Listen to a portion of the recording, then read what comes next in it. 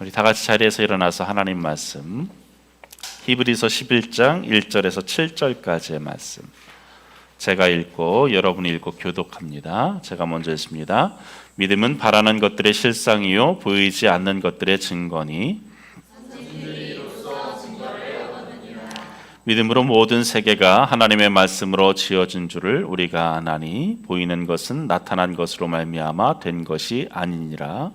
믿음으로 아벨은 가인보다 더 나은 제사를 하나님께 드리므로 의로운 자라 하시는 증거를 얻었으니 하나님이 그 예물에 대하여 증언하시니라.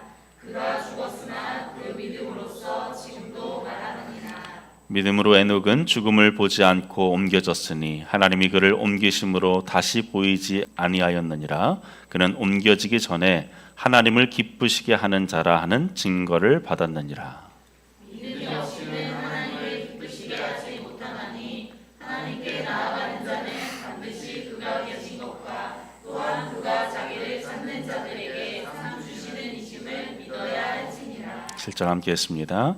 믿음으로 노아는 아직 보이지 않는 일에 경고하심을 받아 경외함으로 방주를 준비하여 그 집을 구원하였으니 이로 말미암아 세상을 정죄하고 믿음을 따르는 의의 상속자가 되었느니라.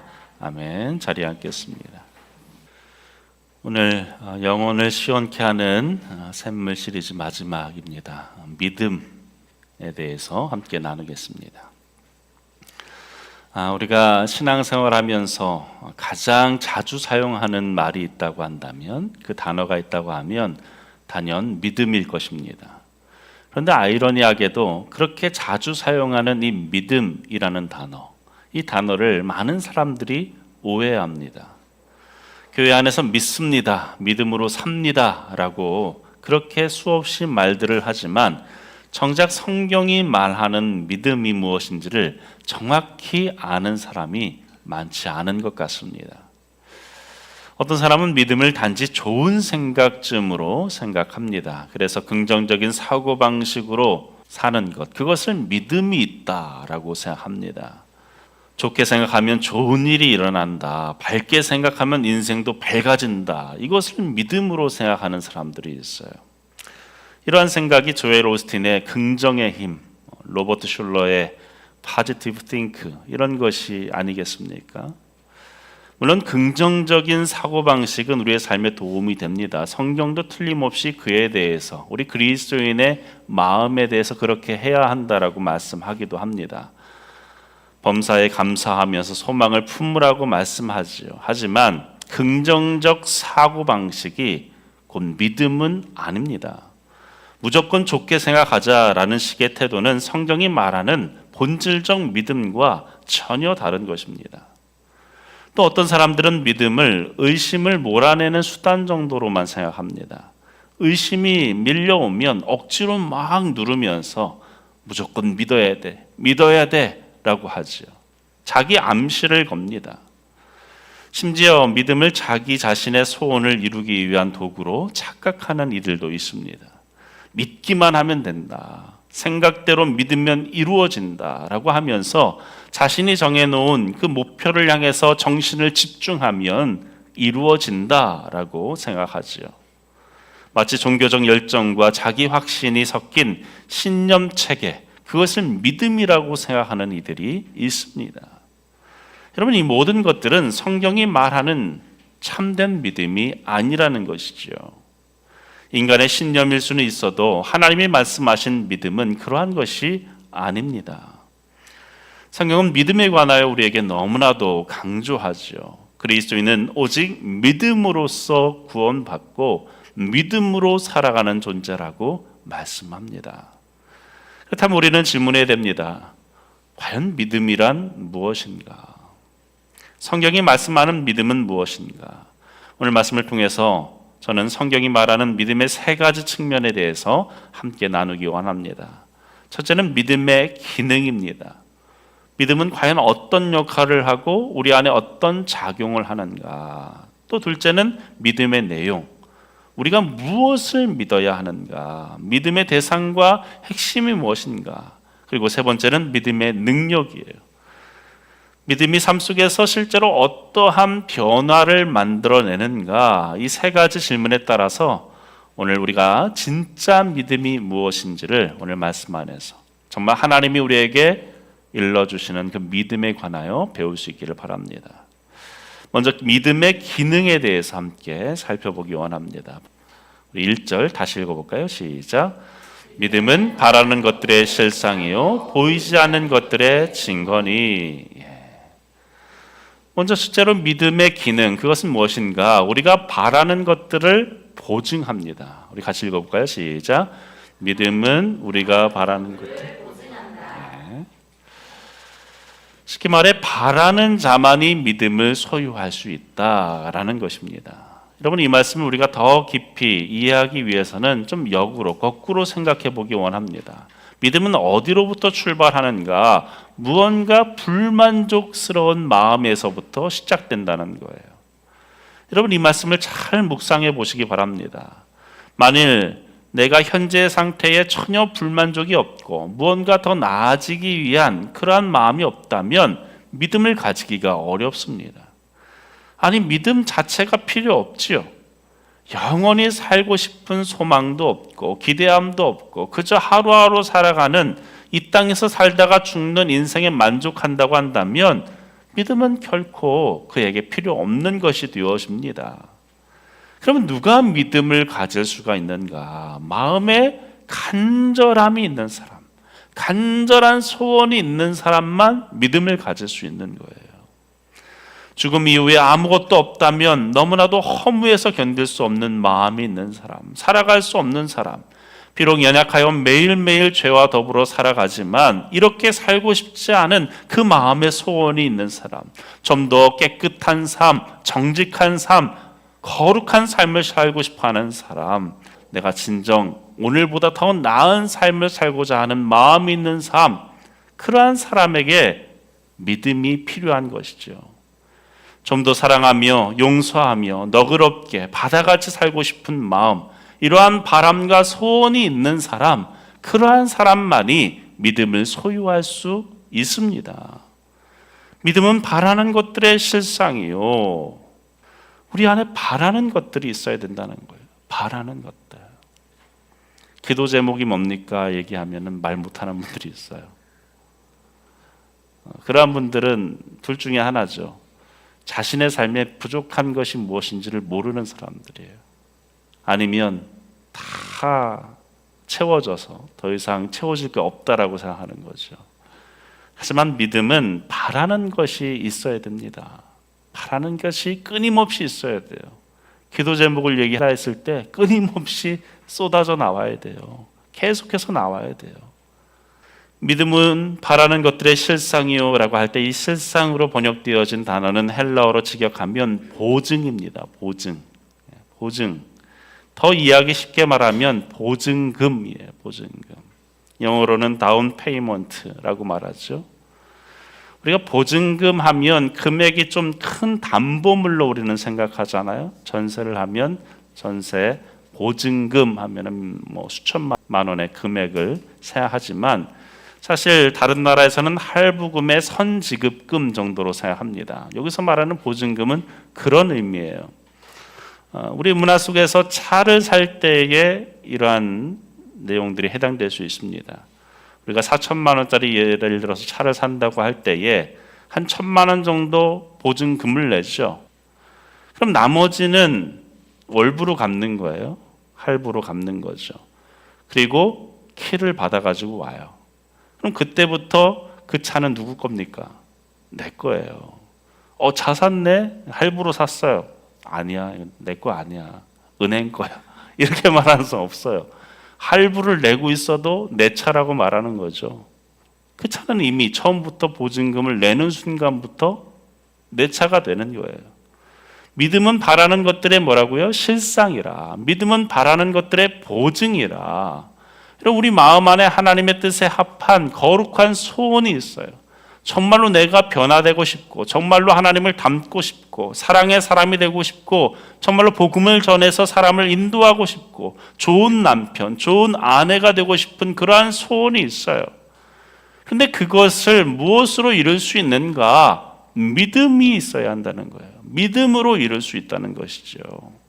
우리가 이 소원이 하나님의 뜻에 합한 소원이고 하나님이 그 소원을 이루어 주실 것을 믿는 그 순간, 그 믿음 때문에, 그 믿음이 보증이 되어서 아직 다 이루어지지 않았지만, 내가 아직 다 변화되어지는 조건이 충족되지 않았지만 이미 하나님께서 우리의 것으로 허락하여 주신다는 것입니다.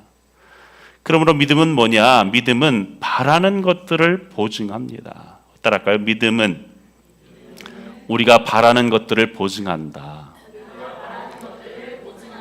이것이 믿음의 첫째 기능이에요. 둘째로 믿음은 보이지 않는 것들을 확증합니다. 같이 읽어볼까요? 시작. 믿음은 보이지 않는 것들을 확증한다. 믿음은 단지 바라는 것들을 붙잡게 할 뿐만 아니라 우리 눈에 보이지 않는 세계를 확증하는 능력이 있다는 것입니다.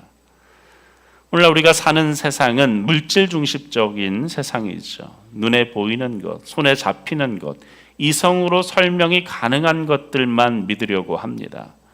하지만 우리가 조금만 더 생각해 보면, 깊이 생각해 보면 우리가 보지 않아도, 보지 못해도 존재하는 것들이 참 많죠. 예를 들어 빛을 두고 보더라도 우리 눈앞에 보이는 이 빛 때문에 이 사물들이 다 보이는 것이기도 하지만 빛의 종류가 얼마나 많습니까? 감마선, 자외선, 적외선, 방사선, 많은 빛들이 있지만 우리 눈에 보이지 않죠. 하지만 우리는 과학이 발달됨으로 인해서 그 빛들이 존재한다는 것을 알아요. 믿습니다. 소리도 마찬가지지요. 우리가 듣는 소리, 지금은 제 소리만 들리고 있지만 수없이 많은 소리가 지금 존재하고 있어요. 특별히 지구가 자전하면서 나는 소리, 엄청나게 크다는 거죠.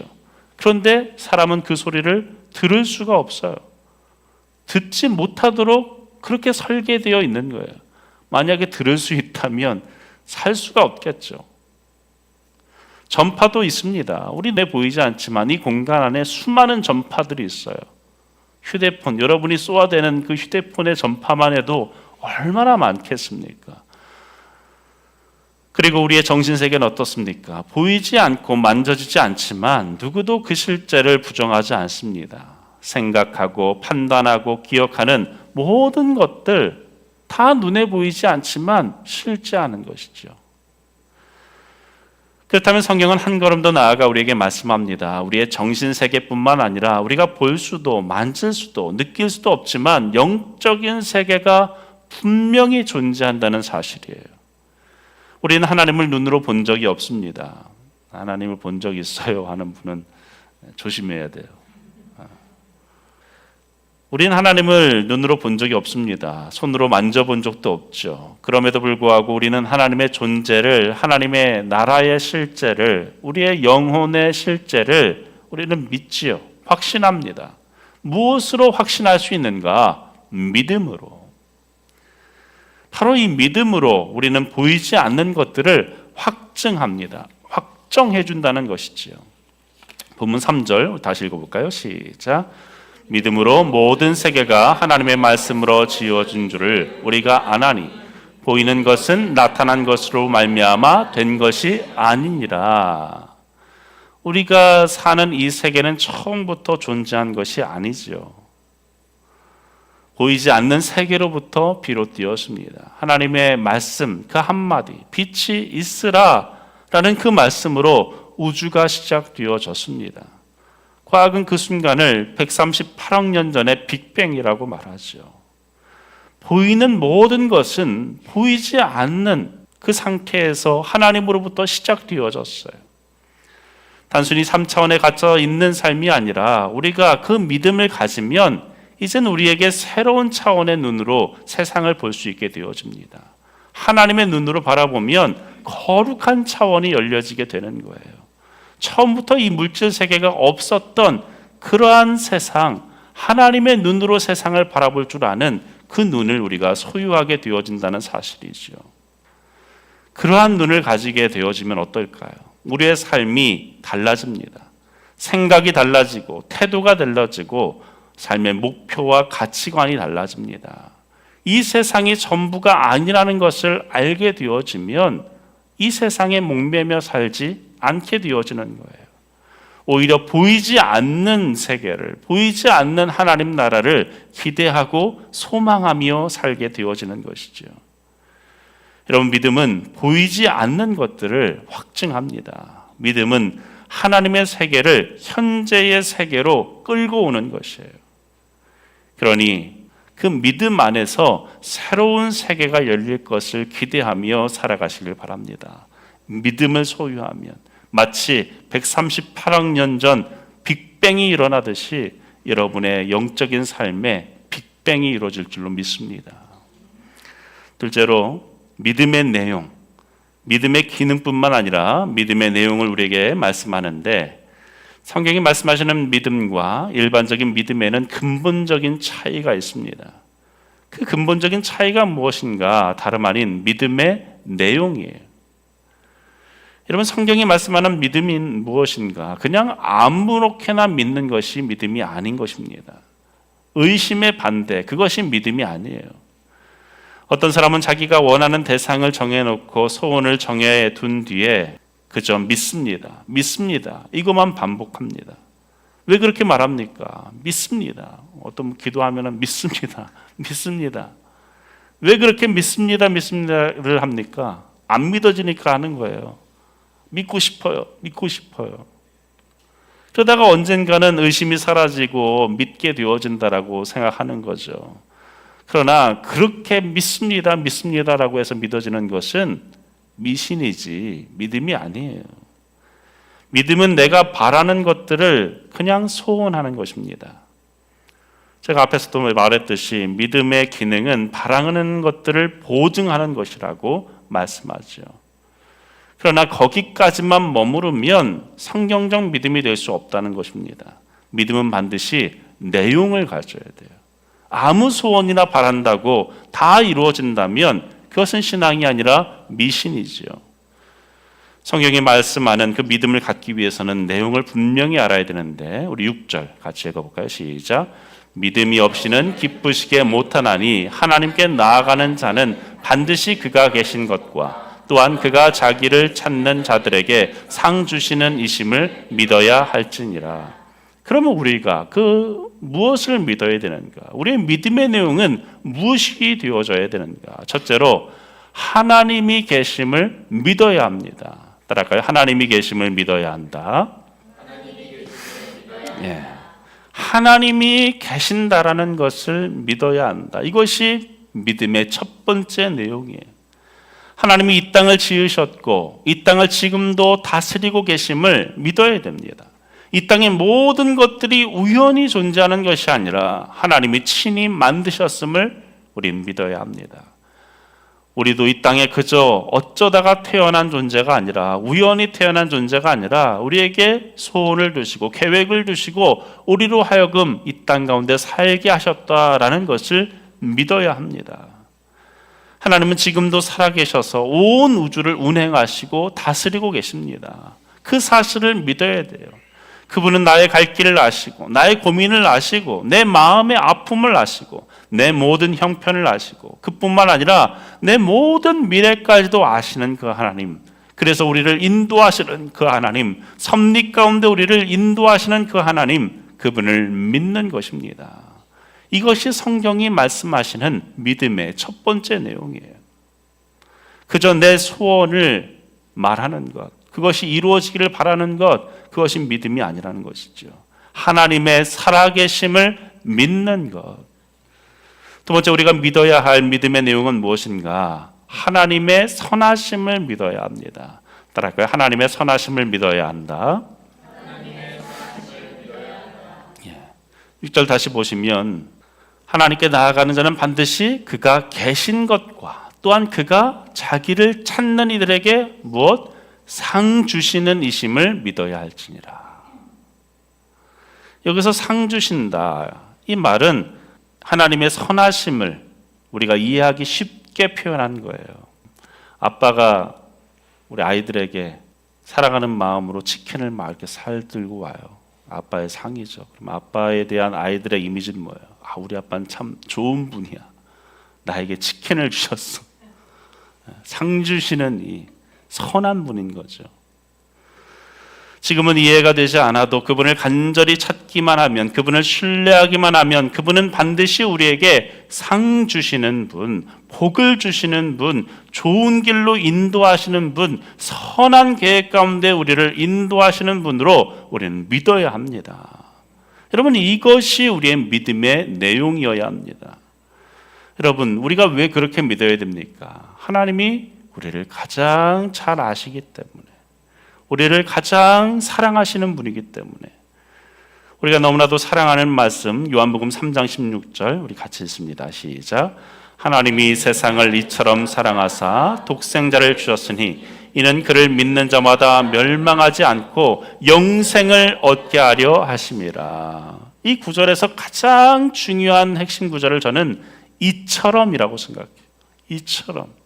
이처럼은 무엇입니까? 하나밖에 없는 독생자를 주시기까지 예수님의 목숨과 우리를 바꿀 만큼 하나님은 우리를 사랑하셨어요. 내가 이처럼 사랑했다. 내 아들 독자라도 아끼지 않으며 너에게 주었다. 이것이 바로 성경이 말하는 믿음의 내용이에요. 그 하나님의 사랑을 신뢰하는 거죠. 하나님이 나를 이처럼 사랑하시는구나. 하나님이 그렇게 나를 사랑하시는구나. 그 사랑을 받아들이는 거예요. 그 사랑을 믿는 것이죠. 다시 말하면 하나님과 관계없는 것, 하나님의 말씀을 벗어나는 것을 우리가 아무리 의심치 않고 붙든다 해도 그것은 성경이 말하는 믿음과 아무런 상관이 없는 거예요. 그것은 그저 신념입니다. 그러면 누가 진짜 믿음이 좋은 사람인가? 참 믿음이란 무엇인가? 하나님의 실존을 믿는 사람이에요. 그리고 그 하나님의 사랑을 의심치 않는 사람입니다. 그 하나님의 선하심을 신뢰하는 사람이에요. 그래서 바울은 십자가에서 나타난 그 하나님의 사랑의 깊이를 어느 날 깨닫고 이렇게 외치지요. 로마서 8장 32절에 자기 아들을 아끼지 아니하시고 우리 모든 사람을 위하여 내주시니가 어찌 그 아들과 함께 모든 것을 우리에게 주시지 아니하겠느냐. 여러분, 사도 바울의 확신, 사도 바울의 믿음의 고백문이에요. 그가 믿는 그 고백은 무엇입니까? 아들을 우리에게 주셨는데 다른 무엇이든 주시지 않겠느냐. 그 하나님의 사랑을 알고 보니까 모든 것을 주시는 그 하나님, 그 은혜 하나님을 깨닫게 되어진 것이지요. 그래서 그는 감옥에 갇혀 있어도 괜찮아요. 아무런 상관이 없어요. 하나님이 모든 것을 선하게 인도하실 것이니까. 하나님은 선하신 분이니까 그에게 고난과 고통과 질병, 아무런 해를 끼칠 수 없습니다. 왜입니까? 믿으니까요. 무엇을? 하나님의 그 살아계심을 믿으니까. 하나님이 지금도 나를 눈동자같이 지켜보시며 사랑하신다는 그 사실을 믿으니까. 하나님이 결국에 나를 선하신 길로 인도하신다는 것을 믿으니까. 우리를 향한 그 하나님의 사랑이 얼마나 깊은지를 사도 바울의 고백을 통해서 함께 나누기 원합니다. 로마서 8장 35절에서 39절 우리 세 번역입니다. 누가 우리를 그리스도의 사랑에서 끊을 수 있겠습니까? 환난입니까? 곤고입니까? 박해입니까? 굶주림입니까? 헐벗음입니까? 위협입니까? 또는 칼입니까? 성경에 기록된 바 우리는 종일 주님을 위하여 죽임을 당합니다. 우리는 도활할 양과 같이 여김을 받았습니다 한 것과 같습니다. 그러나 우리는 이 모든 일에서 우리를 사랑하여 주신 그분을 힘입어서 이기고도 남습니다. 나는 확신합니다. 죽음도 삶도 천사들도 권세자들도 현재의 일도 장래의 일도 능력도 같이 읽을까요? 높음도 깊음도 그 밖에 어떤 피조물도 우리를 우리 주 예수 그리스도 안에 있는 하나님의 사랑에서 끊을 수 없습니다. 여러분, 이 믿음을 소유하시기를 주의 이름으로 간절히 축원합니다. 이것을 믿는다라고 고백하셔야 돼요. 조금만 고난이 오면 낭망하고 좌절하고 기가 죽어서 하나님이 나를 돌보시지 않는가 봐, 하나님이 나를 떠나셨나 보다, 그렇게 의심하면 믿음이 없는 거예요. 아들이 우리를 위해 내어주신 그 하나님이 어찌 우리에게 좋은 것으로 주시지 않겠습니까? 하나님이 반드시 가장 좋은 길로, 우리에게 가장 좋은 선한 길로 인도하실 것을 믿으시기를 간절히 바랍니다. 아담과 하와가 왜 범죄했습니까? 그 이유는 사탄의 꼬임에 넘어가서 하나님의 선하심을 의심했기 때문이에요. 창세기 3장 4절과 5절에 뱀이 여자에게 이르되 너희가 결코 죽지 아니하리라. 사실이죠. 이 뱀이 얘기하는 그 죽지 않는다라는 것은 왜곡한 거예요. 사실을 살짝 비튼 거죠. 5절에 너희가 그것을 먹는 날에는 너희 눈이 밝아져 하나님과 같이 되어 선악을 알 줄 하나님이 아심이라. 뱀이 말하는 죽음은 육체의 죽음을 말하는 거예요. 죽지 않아. 넌 죽지 않아. 바로 죽지 않을 거야. 근데 사실 죽음이라는 것은 무엇입니까? 하나님과 분리되어지는 것이 죽음이에요. 네가 정령 죽으리라 하나님 말씀하셨잖아요. 하나님이 정령 죽으리라 한 것은 너는 이제 나와 분리될 수밖에 없어. 그 말씀인 것입니다. 왜요? 하나님이 생명의 근원이시니까. 생명의 근원에서부터 떠나면 당연히 죽음이지요. 여러분, 사탄의 이야기가 무엇입니까? 이런 거죠. 하나님이 이것을 먹으면 죽는다고 했는데 그것은 사실이 아니야. 하나님은 네가 생각하는 것처럼 그렇게 좋은 분이 아니야. 그렇게 선한 분이 아니야. 하나님에게는 뭔가 숨겨진 의도가 있어. 하나님이 왜 그 선악과를 못 먹게 하는 줄 아니? 그 이유는 네가 그것을 먹는 날에 너에게 더 좋은 일이 생길 것을 아시기 때문이야. 네가 마치 하나님처럼 될 것을 아시고 그것을 못 먹게 하는 거야. 하나님 그렇게 좋은 분 아니야. 이 말을 듣는 순간 하와의 마음에 뭔가 섭섭한 마음이 생깁니다. 하나님에 대한 의심이 생기는 거죠. 그래, 그런 것 같아. 왜 굳이 저걸 못 먹게 하지? 그때까지는 동산 나무의 모든 실과 그것만 제하고 모든 것이 다 너의 것이라고 했어요. 그런데 그것 하나를 보기 시작합니다. 거기에 집중하기 시작합니다.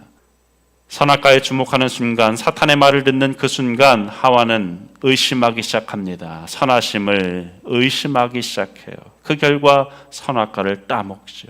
범죄하고 맙니다. 결국 믿음을 버린 것이죠. 여러분, 믿음은 바라는 것들의 실상입니다. 보이지 못하는 것들의 증거예요. 무엇을 우리는 진정 믿어야 되는가? 우리의 믿음의 내용은 무엇인가? 하나님의 살아계심을, 그 하나님의 선하심을 믿으시기를 주의 이름으로 간절히 축원합니다. 지금도 살아계셔서 우리를 가장 선하신 길로 인도하신다는 사실, 그것을 믿고 살아가는 저와 여러분 되기를 바랍니다. 여러분, 우리가 이러한 믿음을 가지면, 그렇다면 어떠한 일이 우리에게 있는가? 그 믿음의 능력에 대해서 이야기합니다. 4절에서 7절을 보면 하나님이 3명의 대표자를 우리에게 소개해 주시는데 그들의 인생을 요약해서 함축해서 우리에게 말씀합니다. 그들은 다 믿음으로 살았던 사람들이다. 앞에서 얘기한 그 믿음의 내용을 가지고 산 사람들을 우리에게 소개합니다. 그들이 그렇게 살았더니 어떠한 일들이 그들에게 이루어졌는가? 그 세 사람은 우리가 잘 아는 아벨과 에녹과 노아이죠. 사실 이 세 사람을 보면 굉장히 그 삶의 모습만 두고 봤을 때 하늘과 땅 차이예요. 삶의 모습이 너무나 다릅니다. 똑같이 믿음으로 살았는데, 믿음의 내용으로 살았는데 아벨은 어떻습니까? 돌에 맞아 죽었어요. 돌 맞아 죽었어요. 오늘날로 말하면 참 비참한 인생이죠. 무가치하게 죽은 것 같지요. 에녹은 어떻습니까? 그는 죽음을 보지 못했어요. 그저 하나님 앞에 올림을 받았지요. 그도 역시 믿음으로 살았다라고 말씀합니다. 믿음으로, 똑같은 믿음으로 살았는데 이 땅에서의 삶이 천지 차이입니다. 누구는 돌에 맞아 죽고 누구는 죽음도 맛보지 않고 하늘로 올려짐을 받고. 노아는 어떻습니까? 모두가 다 홍수로 멸망받는 그 가운데 구원받았습니다. 무엇으로? 믿음으로. 그들의 삶이 너무나도 다르죠. 서로가 너무나 대조가 되어집니다. 그러나 이들 가운데 공통점이 있는데 그것이 무엇입니까? 그들 모두가 하나님께 인정받았다는 거예요. 돌에 맞아 죽었어도, 하늘로 들림을 받았어도 모두 다 하나님 앞에 인정받은 자들이라는 거예요. 중요한 것이 무엇인가? 이 세상에서 호의호식하며 모든 것 다 누리며 살지라도 하나님 앞에 인정받지 못하면 아무 의미 없는 것이죠. 하나님 앞에 들림받아서 올라가는 그러한 인생, 그 인생의 진정 중요한 의미는 무엇인가? 하나님이 그를 인정하셨다라는 것이 중요한 거예요. 죽음을 경험하지 않은 것이 중요한 것이 아니라 하나님이 그를 인정하셨기에 그를 택하신 것. 아벨이 돌에 맞아서 죽은 것, 그것이 중요한 것이 아니라 그를 하나님이 인정하셨다는 거예요. 4절 보시죠.